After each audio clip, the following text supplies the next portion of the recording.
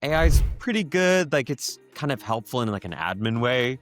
But they said, look, man, between you and me, like I wouldn't trust it I wouldn't use it in my court case before FERC. Like I just don't trust it as yet. So we said, okay, well, let's make an AI that you can trust that provides the primary sources. My guest today is Shahid Mahdi. Shahid's a director at energy environment intelligence provider EnerKnol. Shahid, welcome to the podcast. Thanks for joining. Nabil, so great to be here. Big fan of your podcast. I've been watching some of the episodes and thanks for having me on. Absolutely, man. Why don't you introduce yourself a little bit more and tell us more about the company it does? For sure. So as Nabil mentioned, Shahid Mahdi here. I'm a director at EnerKnol. So we are the market leader in energy regulatory intelligence. We have a few different things that we do, primarily our flagship product and how I'm sure many people in the audience will recognize us from is our product solution, the EnerKnol platform. It's a SaaS solution that we aim to basically consolidate the energy and environment regulatory universe into a very simple, browsable solution. We're solving a problem that our founder and CEO, Angelique Mercurio, had 11 years ago now, working in a past life on Wall Street, where she said the sheer suffocating amount of public regulation that gets pumped out, how on earth would any human fathomably keep up with it? Especially because all these dockets, bills, what have you, are public. So why isn't there a one-stop shop, simple website where you can browse all the different public agencies? Fast forward many years, fantastic team, and kind of one-on-one patented technology. The EnerKnol platform is now the market leader in delivering those insights and really just facilitating workflows, saving time above all, taking the pain out of having to sort of manually navigate a million different tabs out of the energy universe. So that's a bit on what we do, yeah. Yeah, it's funny. I used to work in management consulting, and I can't tell you how many different firms had entire teams that were looking at different regulations, different things. And to your point, like individual clients and banks and people in the energy sector, right? Like they all had their own teams too, like doing the same thing. It's just like gathering the data and trying to analyze it. So I think it's something that maybe hindsight's 2020, but it seems like a very obvious benefit to the industry to do it in a centralized way and have it in one place. You mentioned she started at Wall Street. Was the initial target market really banks in Wall Street, or like how has that evolved over time, and what got you guys more in the energy and environment space? Yeah, sure. Great question. So because her use case was kind of primarily pigeonholed into Wall Street, she was tasked with having to, I think, provide information to the commodities desk for them to act upon the regulation very quickly. And then there was this increasing need of people within finance, but also in peripheral fields saying, yeah, it is a pain to go to FERC.gov, and then the DOE, then EPA, then the California PUC. And so I think it kind of snowballed into this universal pain that so many different industries seem to have. And then that just snowballed into, well, actually, a lot of law firms need it. Actually, a lot of energy brokers and suppliers need it. Say what we will, but everyone needs the permits, the orders, the motions, the testimonies. Interesting. And for the audience and also for myself, I'm always happy to play the dumb guy in the room because it's not much of an act. You have all this data from different regulatory bodies, legislative bodies, court cases, public domains. How do you go about translating that into kind of actionable insights for your client? I would say the EnerKnol platform, it's very good at a lot of things, but it's probably the best at accounting for the discrepancies in language. And that sounds a little weird at first. What I mean by that is there is this persistent notion where California will call a concept X, and then New York will call the same concept Y, and then Texas will call the same concept Z. The alternative to the platform is going to each website, trying to learn the keywords and have this kind of very manual Sisyphean endeavor. But with the EnerKnol platform, the main tool, and arguably the flagship functionality of it, is a advanced search capability. And so we have search capabilities that for many, many years, many more customers used solely to basically identify filings, build searches on things that they really care about. They'd be able to save them, manage them, share them with their team and the platform internally. And then above all, they'd be able to track them. And when you track something on the platform, you can get real-time alerts the moment there's a new change to the criteria, the moment there's a new result or what have you. Or you can set up a schedule where you don't want to get dinged real-time every day from the utility commission and say, okay, once a week, every Friday at 1 p.m., I get a nice digest of everything that I care about. So not just like the broad news of the whole energy industry, which is no one has time to read through, but just like, okay, I only care about pipeline safety and cybersecurity. And then boom, I got the digest if there are new developments to it. There are a few other bells and whistles. We have a feature that analyzes FERC forms, which is again, a very manual process to find the key numbers from, financial statements that companies are obliged to give to FERC. And then we do have another fun feature called the policy stream, which is just very simple. It's just a feed that updates every 30 minutes. And so a lot of our finance commodities kind of on the minute kind of ticker customers really rely on. But those are, again, because it's such a wide universe, there's so many kind of different permutations of how one can even search on the platform, which is good because we want it to be this very kind of agnostic, like universal key to whatever you're interested in. So you talked about some of the capabilities and how some of the customers are able to like quickly manage and understand what's relevant to them. I guess, can you help give a couple of examples of how a client used this to really add value to their use case? I think one of the most common ones, and I'll take it from one of our largest customers who are, I unfortunately wouldn't be able to say their name, but they are always at FERC. They are one of the kind of top law firms in the country, if not the world. And so they've got multiple kind of attorneys and teams before FERC in DC, representing companies, representing individuals. And one of the kind of bread and butter use cases that is so simple yet so kind of effective and timeless is being able to, as the experts with the law degrees and in that world so often, they know the standardized language that FERC will publish. One such example is FERC saying before the commission. They'll often start that kind of document with before the commission, Nabil and Shahid did XYZ. One of the many users on the platform at this firm had built a search that looks for the words before the commission in the title. And then in a second row, they were able to put in a row that says, and mention of X company. And then next week, and mention of Y company. And they were able to, instead of using the FERC library,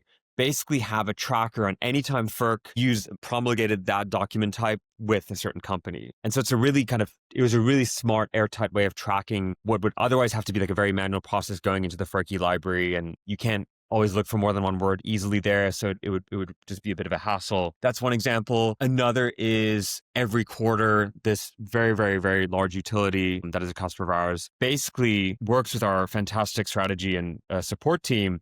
They give us a laundry list of all these docket IDs. So, ABC 123 at New York, DEF 5 in California. And we'll work with them and sit down with them and say, let's start tracking all of these. But half of them I want tracked in real time because they're really important to us. There may be dockets about our company. And then half of them we'll track just on a kind of weekly or daily basis should there be any new notifications. So there are many different ways of extracting value. But I would say above all, there is this overarching thread of saving them time, giving them the ability to navigate all these different libraries. And one way that they do that is just coming to mind, I think is worth mentioning, is when you're on the search page on the platform, the first dropdown is all the different libraries that we have. And if you click in on any two of those, therein immediately is the value of the platform, the ability to then look at two different websites in one place. There's no other solution where you can say, I want to look at FERC, and I also want to look at the Fish and Wildlife Service, and I also want to look at the New York House of Representatives in one search. So you're able to kind of mix and match and make this sort of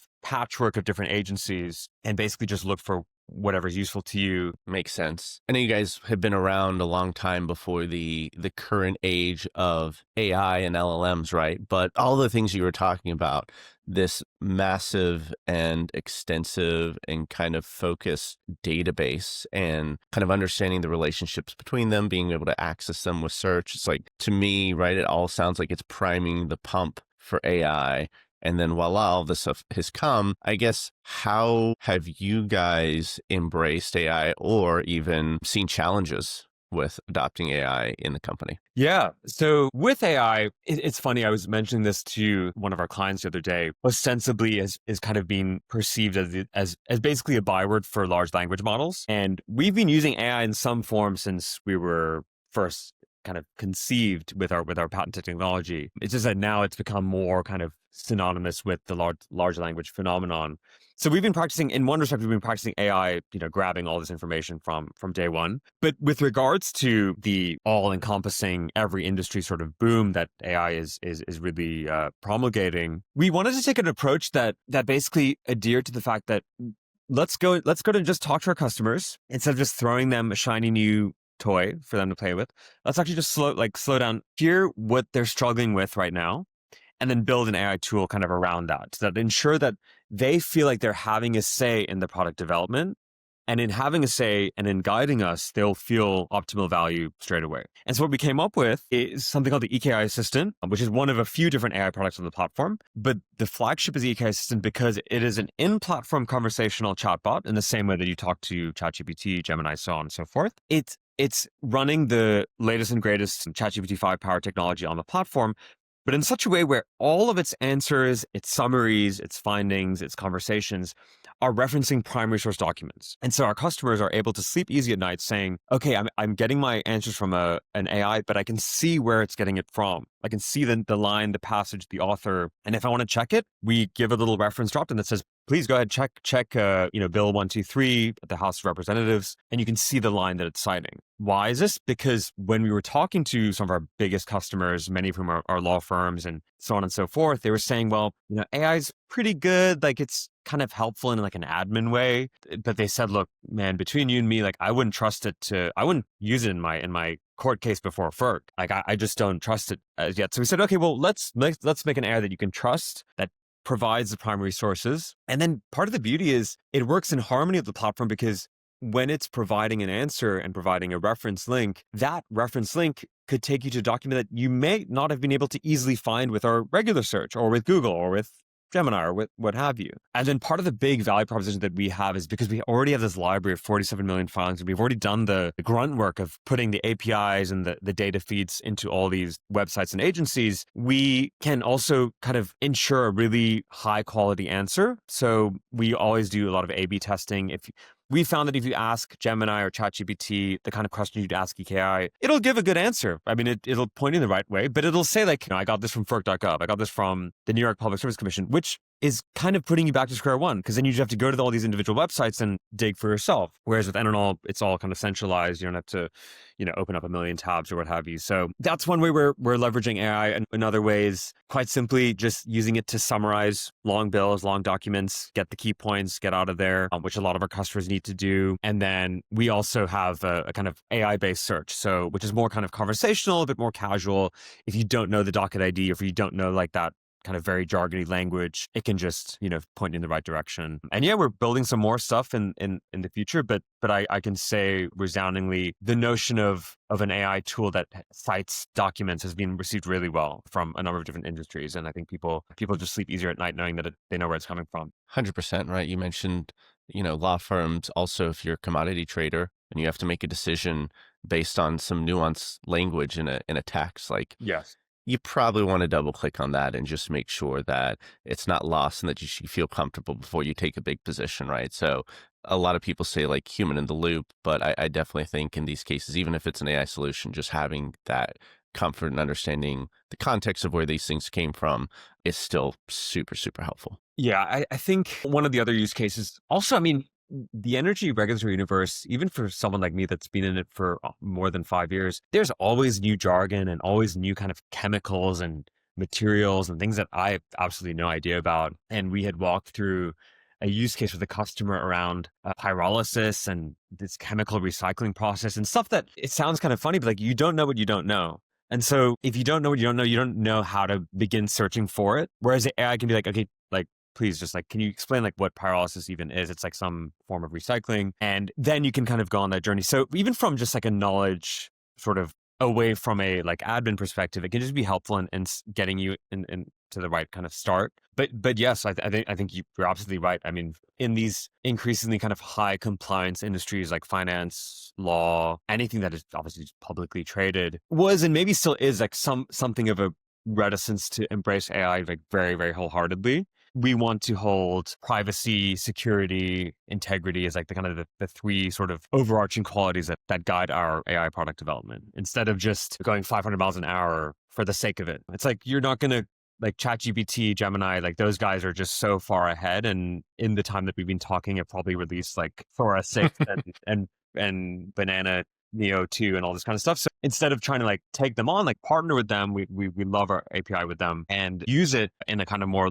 like ring fenced specific way. Yeah, I think there's a ton to be said about just the capability and just to your point, like the level of speed you can get with deploying some of these things. But in my view, and in speaking with other people, I think the actual adoption limitation and enterprises getting value out of AI is more of a trust and Ooh, confidence in knowing how to use it absolutely. limitation. And so I think anchoring on those three pillars that you talked about, like, probably lead to more enterprise value in the adoption of it than just the benefits you get with speed and technology alone. Exactly.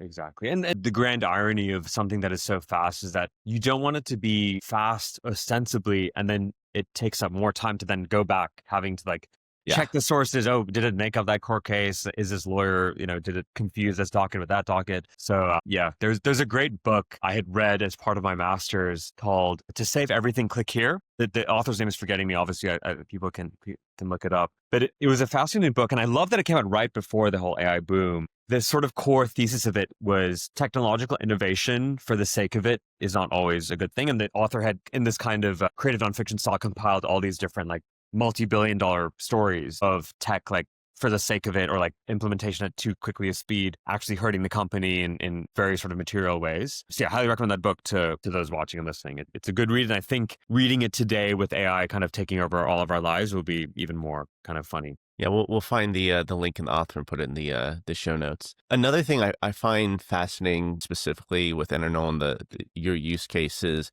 to your point, like, you are industry agnostic, right? Your commodity traders and law firms are not the most similar target markets. Right. I guess from a go-to-market perspective, like, how do you figure out messaging and like prioritizing different segments? Like, how do you think about that problem set? With those two, I mean, with those two industries and others, I think specificity is always really key, because the sort of, I think, instinct for a lot of people when they see a product with 47 million filings is like, okay, that's great, in the sense that ProQuest or Google or all these databases have a lot that I know I can dip into. But often in terms of our go-to-market, we'll want to talk to them about case studies, really concrete examples where companies were able to have a really robust outcome as a result of tracking something, or a commodities firm making a very lucrative decision as a consequence of being able to keep up with the docket proceeding and then kind of hedge their risk accordingly. We always try and introduce products in such a way where we love being really close to our customers. We want them to feel like they're really special. We want them to feel like they're getting a sneak peek at a new feature before it's released to everyone else. We really absorb their feedback. And again, even with the AI, like, we could have launched an AI that is just like, okay, cool AI for the sake of it really quickly. But instead we found it's far more rewarding to take our time, listen to the use cases, hear the struggles, hear the pain. And what does that pain cost? Is the pain costing them millions of dollars a month? Is the pain one person suffocating because they're in charge of keeping up with all the regulatory stuff on the desk? Is the pain, missing out on this opportunity because they could have tracked it better? So it sounds bizarre to say, but like, we relish in hearing the pains and then making them into some kinds of solutions. In terms of like the onboarding process, when we meet with a new customer, we'll sit down with them, again, really sort of hear them out. We want to, our sales team, and my colleague and VP of sales and key clients, Mason Bear, he's fantastic at approaching calls by letting the customer just speak most of the time. I think a lot of the times people get on these calls with vendors and data service providers, and it's the other person talking the whole time about how great their product is and how we can change everything. And Mason and our company has really championed this like listen first and then ask questions sort of approach. And so yeah, I think just to close that thought out, I think just we want to really be hyper specific. We don't want a one size fits all message to be diffused to the market, because we want really relish in understanding the pains, and then as a result, we relish in like really customized solutions. I think a big channel for go to market as well is our fantastic research subscriber base. So we have over 40,000 people that subscribe to just our research reports. And we've often converted a lot of customers from them reading this report and saying, okay, this is actually pretty useful. I'd love to learn more about the data that is fueling this. And because we have this comprehensive platform, we don't need to go around the web to like alter them. It's all just from one place. And then part of the beauty is, as part of this listen to customer first approach, if it's a public source that you want that we don't have, like, we'll add it. It's public, it's free. Like, it's allowed for anyone to browse. So what's stopping us from getting it? And so I think customers like that, there were certain customers who said, hey, I need this, like, there's a town court. The town is probably a population of like 200 people, but it just happens to be the closest town to this massive fracking, basin or what have you. And so quite a bit is being adjudicated through that. We said, you know what, look, it's a public office. We can go grab it and we put on the platform. An unnamed customer came to us and said, we have a use case that we haven't been able to really solve anywhere else. And we need to track all the different weights and measures of electric vehicle charging requirements in all the states. Which is like, I don't even know how you'd begin to even with AI, I don't know how you'd begin to do that. And a lot of those EV weights and measures, funnily enough, are not from laws. They're from the Department of Transportation in each state, as you'd expect. Like manages the buses, the trains, the funding, all that kind of stuff. They're all public offices. So we went on and grabbed all of them, put them on the platform. And now that customer is able to track those kinds of materials. So when we hear about those kinds of use cases, the possibilities are quite endless because we have customers tracking telecom stuff, tracking chemical stuff, tracking healthcare stuff. Anything that has a regulatory labyrinth, if it's in the public domain, it's fair game for anyone, including us, to go grab and put it on our platform. So yeah, it's exciting in that way, and to hear about these different use cases every day. So you mentioned fracking, mentioned electric vehicles, you mentioned a couple different things that, there's so much going on in the energy space right now. You talked about local regulations, even towns being almost as important for some companies as national laws and regs. And you hear about the importance of getting energy, getting data centers close to energy sources from an AI perspective. And with all of these things moving, what are you seeing as the biggest disruptions or shifts in the industry right now, whether it's for EnerKnol or for your clients?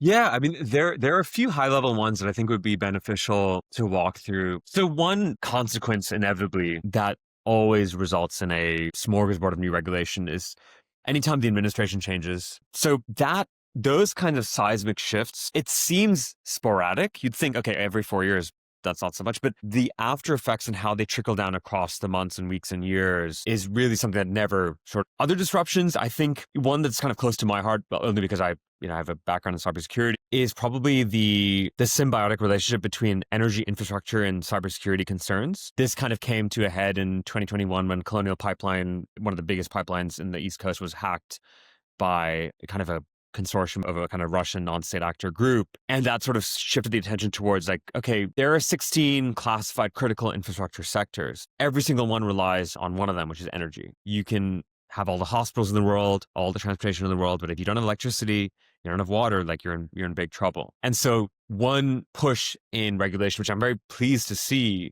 I actually think is quite bipartisan, is this push towards securing infrastructure sectors to do with energy, updating old legacy systems where, as example, you'd have a power plant from the 1970s connected to a pipe from 2025, connected to a Windows 98 computer. And it's it costs a lot of money to kind of go through that whole apparatus and then update it holistically in one go. And so it's been great that there's a lot of cybersecurity activity there. And then I could go on about that, but I'll save the best for last, which is definitely the whole data center push. The conjoined, I think, efflorescence of small modular reactors, the nuclear space, how, Meta, NVIDIA, all the large tech suspects that come to mind are paying unprecedented amounts of billions of dollars to get the permits, get the data centers going. Reading recently that one of the NVIDIA GPUs, one of the state-of-the-art models, I think begins at that enterprise level. One of the blocks that is sold is for $515,000 a block, and these data centers are rows and cities of them. You can only imagine how much Meta with Llama, Google with Gemini, obviously OpenAI, ChatGPT is paying out no tomorrow to get ahead in this kind of arms race of AI. So with crypto, with AI, I mean, someone's got to power all of that. So it always comes back to the kind of regulatory angle. And we do have a lot of customers, some consulting firms that were looking to the platform for instances where people were residents were unhappy with the construction of data centers and what those kinds of arguments and hearings look like. Because a lot of people, as they should, they write to the Public Utility Commission or they write to the legislature saying hey, my family's lived here for 6 generations and you're building this very dystopian robotic warehouse. The not in my backyard. Exactly. Yeah. So the line that I use is someone's got to power all of it. So seeing where that energy generation is coming from, there was a bit of a push for hydro to help out quite a bit. There's obviously, I think, a tendency when political situations are tense to lean back on your proven weapons. And so oil and gas, coal-powered stuff is having obviously a great few years, minus a few kind of unpredictable hiccups. And then one thing I'll say, I mean, just to kind of give a comprehensive picture, I think there is a bit of a tendency with the Trump administration for people to think that renewables aren't doing well. I think everything's there's still like massive renewable projects still happening. Okay, some massive like offshore wind projects were canceled, and that was a big blow to that industry. But I think if I have my facts right, I think Texas doesn't come to mind as like a pro renewable state as such. They built like millions and millions and millions of dollars worth of solar infrastructure this year.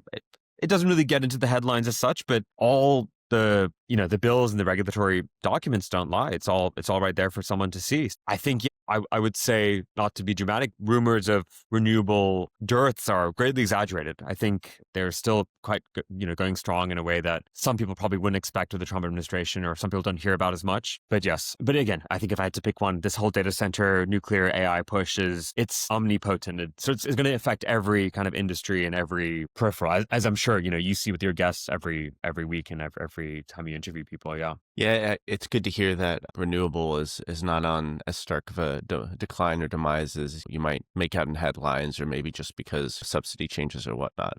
Hopefully the private investment in there is still pretty strong. I guess a couple more questions before we wrap up. You guys are doing a lot of exciting stuff, and you mentioned that you're in the process of looking at some additional products as well.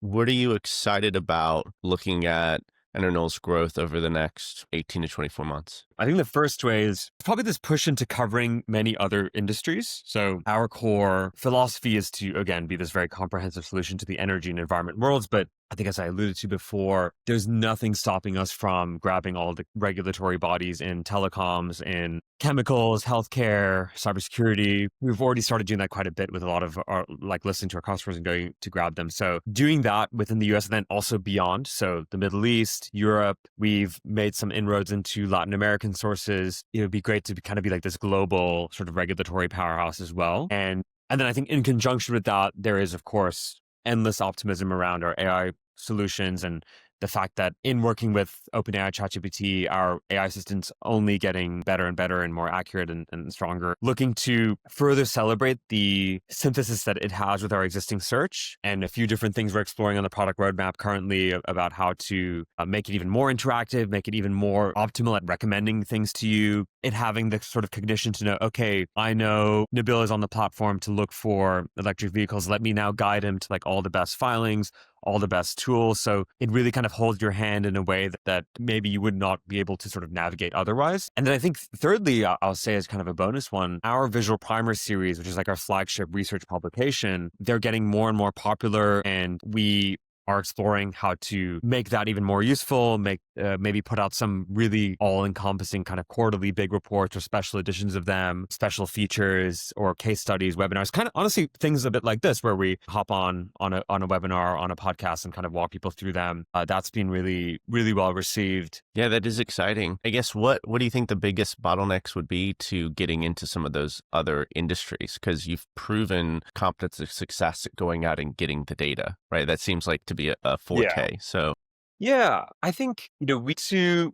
partner with our customers and see them as the experts that they are. And so I can imagine, in the same way that initially the energy and environment regulatory universe is very daunting, I imagine that not knowing much about myself, as an example, like not knowing much about like the healthcare regulatory system, that can seem pretty daunting at first. And I think knowing which agencies to go grab, understanding the frequency at which they publish things, because it may not be as often as the energy world. And also, I think just, partnering with our customers, letting them kind of be our proverbial Sherpas to sort of show us where to go and what to grab. And in exchange, we can, grab that, deliver value to them. And then I think with, of course, there's a needed level of education to really understand like foreign markets, how the regulatory cookie crumbles in all these different countries. There are rules you have to kind of understand. There are sort of the way in which things are formatted, or the way in which legislative chambers convene, their schedules. So all that kind of research is part of which we're currently doing at the moment. But I think that's part of the excitement of breaking into new markets and